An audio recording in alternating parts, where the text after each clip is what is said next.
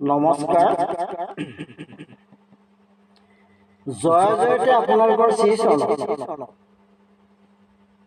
সেৱা জনাই নামঘৰ আৰু গোসাঁই ঘৰ লেপন কৰিলে কি হয়? কৃষ্ণ গীতা দ্বাদশ অধ্যায় প্ৰভু ভগৱন্ত কৃষ্ণ ধনঞ্জয় কোৱা পদভাগেৰে ভিডিঅ'টো আৰম্ভ কৰিব বিচাৰিছোঁ। পদভাগ হ'ল হে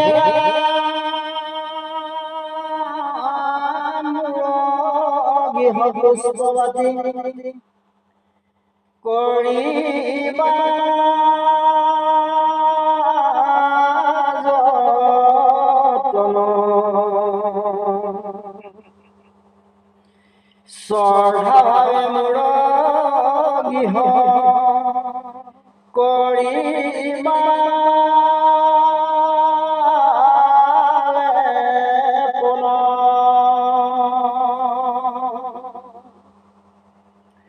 গৃহ কলে বন্ত মিতি কাৰৰে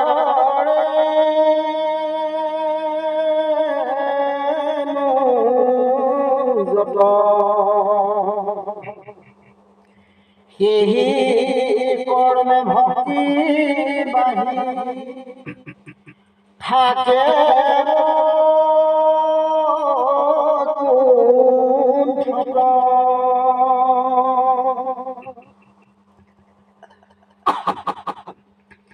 হে ৰাম একাদশী ব্ৰত সেৱা অৰ্চন বন্দন শ্ৰদ্ধা কৰিবা তাত শ্ৰৱণ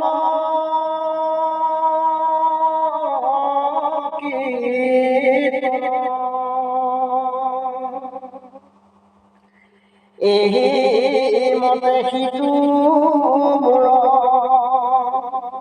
কৰ্ম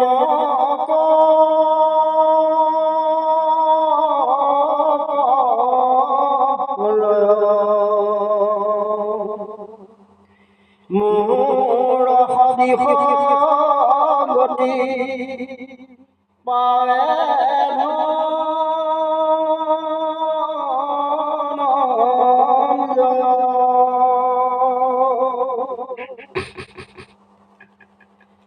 আজিৰ বিষয়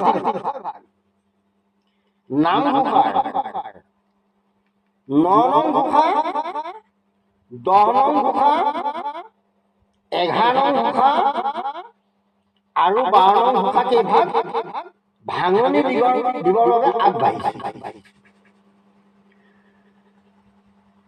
9 নং ঘোষাভাগ হ'ল যিজনে কৃষ্ণ কথা বিচাৰে মনে ধৈৰ্য ধৰি খনে কথা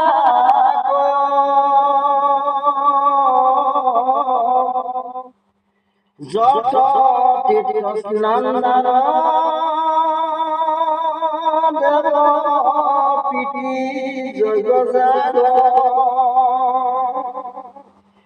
যোগাদিৰ ফলক পায়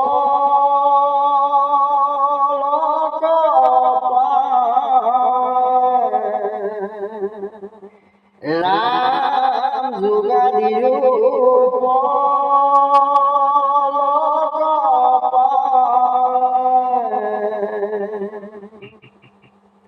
যিটো জনে কৃষ্ণ কথা বিচাৰে সময়ে মনে ধৈৰ্য ধৰি খনে কথা কয় যত তীৰ্থ স্নান দান দেৱ প্ৰীতি যজ্ঞ যাগ যোগাদিৰ ফলক পাৱ। অৰ্থাৎ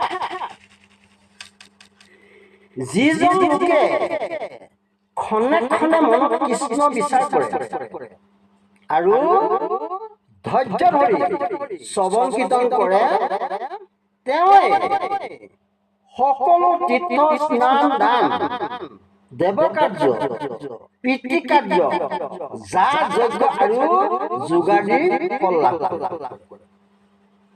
আকৌ কৈছো যিজন লোকে খনে খনে মনত কৃষ্ণ বিচাৰ কৰে আৰু ধৈৰ্য ধৰি শ্ৰৱণ কীৰ্তন কৰে তেওঁৱে সকলো তীৰ্থ স্নান দান দেৱকাৰ্য পিতৃকাৰ্য যাগ যজ্ঞ আৰু যোগাদিৰ ফল লাভ কৰে।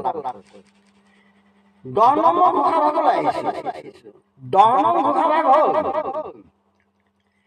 যাৰ পুত্ৰ হবে হয়ত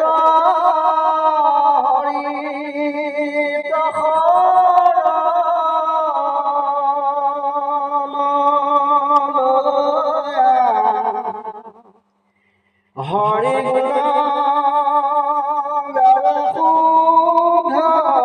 ভাবে দধি দুগ্ধ গীত মধু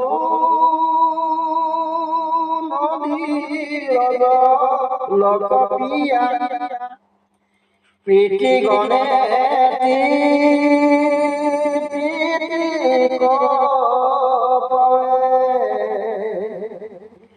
ৰাম প্ৰীতি গণে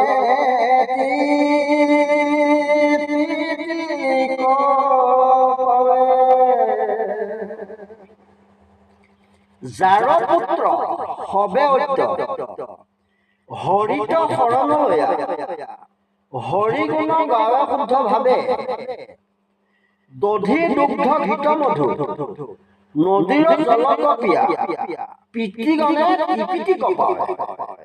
অৰ্থাৎ যাৰ পুত্ৰসকলে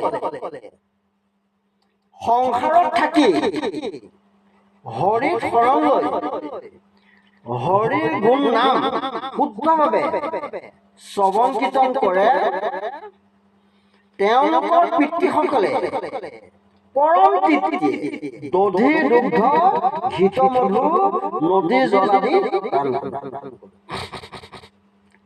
আকৌ কৈছো যাৰ পুত্ৰসকলে সংসাৰত থাকি হৰিৰ শৰণ লৈ হৰিৰ গুণ নাম শুদ্ধভাৱে শ্ৰৱণ কীৰ্তন কৰে তেওঁলোকৰ পিতৃসকলে পৰম তৃপ্তিৰে দধি দুগ্ধ ঘৃত মধু নদীৰ জল আদি দান কৰে। 11 নং ঘোষাভাগলৈ আহিছো। 11 নং ঘোষাভাগ হ'ল সেয়েহে সকলো শাস্ত্ৰ পঢ়িলে শুনিলে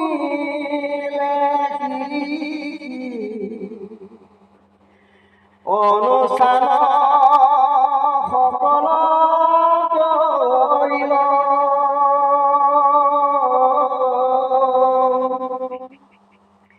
নিৰাশাই ঈশ্বৰ কৃষ্ণ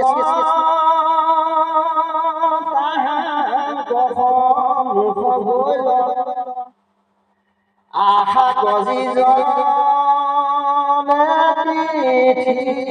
দিল ৰাম আশা সখী দিল সেয়েহে সকলো শাস্ত্ৰ পঢ়িলে শুনিলে সি অনুষ্ঠান সকলে কৰিল নিৰাশাই ঈশ্বৰ কৃষ্ণ তাহাঙ্ক সন্মুখ ভৈল আশাক যিজনে পিঠি দিল। অৰ্থাৎ যিজন লোকে সংসাৰৰ বিষয় বাসনা পিঠি দি কামনা শূন্যভাৱে নিৰাশাই ঈশ্বৰ কৃষ্ণৰ সন্মুখ হ'ল তেওঁৱে সকলো শাস্ত্ৰ পঢ়ি শুনি শাস্ত্ৰবিহিত সকলো ধৰ্মানুষ্ঠান সম্পাদন কৰা। আকৌ কৈছো, যিজন লোকে সংসাৰৰ বিষয়ে বাসনা পৃথিৱী কামনা শূন্যভাৱে নিৰাশাত ঈশ্বৰ কৃষ্ণৰ সন্মুখ হ'ল, তেওঁ সকলো শাস্ত্ৰ পঢ়ি শুনি শাস্ত্ৰবিহিত সকলো ধৰ্মানুষ্ঠান সম্পাদন কৰা। 12 নং ঘোষাভাগলৈ আহিছো। 12 নং ঘোষাভাগ হ'ল, অপবিত্ৰ যিটো আজি পবিত্ৰ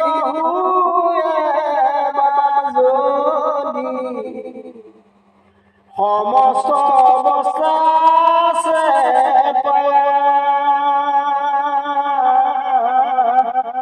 কমলোচন যিটো ৰখে শুদ্ৰ বাহিৰে ভিতৰে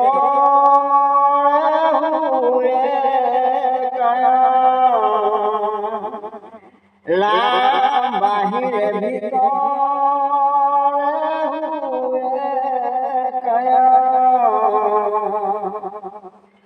অপবিত্ৰ যিটো আঁকি পবিত্ৰ হোৱে বা যদি সমস্ত অৱস্থা আছে পায়া কমল লোচন যিটো সুমৰে তাৰহে শুদ্ধ বাহিৰে ভিতৰে হোৱে কায়া। অৰ্থাৎ যিজনৰ অপবিত্ৰতাৰ শেষ অৱস্থাত প্ৰাপ্ত হয়, তেওঁ পবিত্ৰ হয় যদিহে হৃদয়ত কমলোচনক স্মৰণ কৰে। অৰ্থাৎ হৰিক হৃদয়ত স্মৰণ কৰিলে জীৱ বাহিৰে ভিতৰে শুদ্ধ। আকৌ কৈছো, যিজনৰ অপবিত্ৰতাৰ শেষ অৱস্থাত প্ৰাপ্ত হয়, তেওঁ পৰম পবিত্ৰ হয় যদিহে হৃদয়ত কমলোচনক স্মৰণ কৰে। অৰ্থাৎ হৰিক হৃদয়ত স্মৰণ কৰিলে জীৱ বাহিৰে ভিতৰে শুদ্ধ। আজি ইমানতে সামৰণি মাৰিছো। অহা ভিডিঅ 7 বছৰীয়া শিশু সন্তানৰ ঈশ্বৰ ভক্তি চমৎকাৰ 4টা বালিঘৰ তাৎপৰ্যৰ কাহিনীভাগ বিশ্লেষণ কৰিম। আকৌ কৈছো, 7 বছৰীয়া শিশু সন্তানৰ ঈশ্বৰ ভক্তি চমৎকাৰ 4টা বালিঘৰ তাৎপৰ্যৰ কাহিনীভাগ বিশ্লেষণ কৰিম। ওম বিষ্ণু ওম বিষ্ণু ওম বিষ্ণু।